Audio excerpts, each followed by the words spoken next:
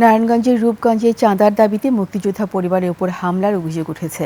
ভুক্তভোগী পরিবারের সদস্য স্থানীয়রা জানান, রূপগঞ্জ উপজেলার ভুলতা ইউনিয়নের মাসুমাবাদ মিঠাবো এলাকার মুক্তিযোদ্ধা আব্দুল বাসেত ভূঁইয়া এবং তার পরিবারের কাছে দীর্ঘদিন ধরে চাঁদা দাবি করে আসছিল একই এলাকার সোহেল ভূঁইয়া সহ কয়েকজন। দাবি করা অর্থ না দিলে হামলার হুমকিও দেওয়া হচ্ছিল। গেল ১ জুন রাত ১০টার দিকে সোহেল ভূঁইয়া ২০ থেকে ২৫ জনের একটি দল নিয়ে ওই মুক্তিযোদ্ধার মুদি দোকানে হামলা চালায়। এ সময় দোকান ভাঙচুরের পাশাপাশি মালামাল লুট করা হয়। হামলায় মুক্তিযোদ্ধা আব্দুল বাসেত ভূঁইয়াকে শ্বাসরোধ করে হত্যার চেষ্টা করা হয় বলে অভিযোগ করেন স্বজনরা। তার দুই ছেলে জুম্মন ভূঁইয়া ও সুমন ভূঁইয়াও আহত হন এ সময়। অভিযোগ তদন্ত করে প্রয়োজনীয় আইনগত ব্যবস্থা নেওয়ার কথা বলছে পুলিশ। সংঘর্ষের ঘটনা ঘটেছে, দুই পক্ষে